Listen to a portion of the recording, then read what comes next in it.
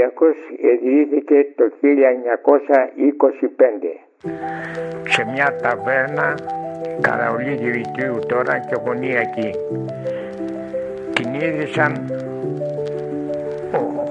τα αδέρφια μου, ο Γιάννης, ο Ντίνος, ο Βασίλης, ο Μανούσκος, ένας Λότος και ένας Καμπέρος.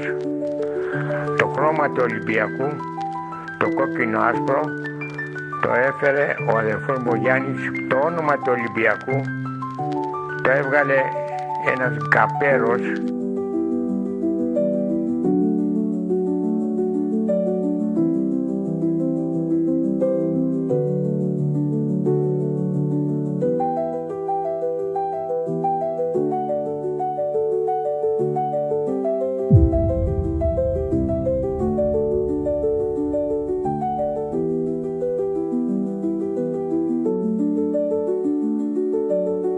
Ο Ολυμπιακός σημαίνει για μένα οικογένεια.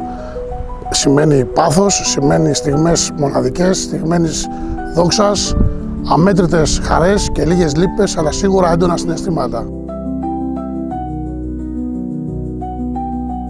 Όταν ακούω τη λέξη Ολυμπιακός, αισθάνομαι αγάπη. Πάθος, δύναμη, τρόπαια, πρωταθλήματα. Μαδάρα, θρησκεία, Μεντιλίμπαρ.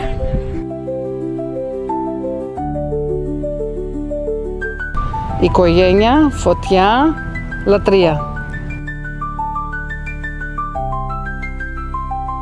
Οικογένεια.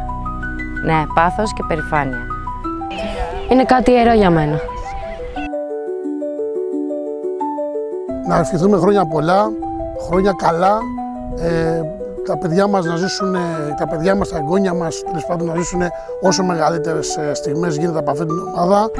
Εύχομαι στον Ολυμπιακό, πέρα από αυτά τα 100 χρόνια που έχουν περάσει, να περάσουν άλλα 100 και ακόμα περισσότερα. Εύχομαι και περισσότερα τρόπαια και περισσότερες νίκες και τίτλους. Εύχομαι στον Ολυμπιακό να παραμείνει έτσι και να φτάσουμε και τα 50 πρωταθλήματα. Στα 1000, όχι στα 100. Να ζήσει ο Ολυμπιακός μας, να είναι γερός και δυνατός. Γερός, ναι. Happy birthday! Και όπως λέει και ένα σύνθημα της εποχής, θρύλε Θεέ, χρόνια πολλά, 100 χρόνια και δεν είναι αρκετά για το μεγαλείο σου. Συνεχίζουμε να ονειρευόμαστε, ζήτω Ολυμπιακός.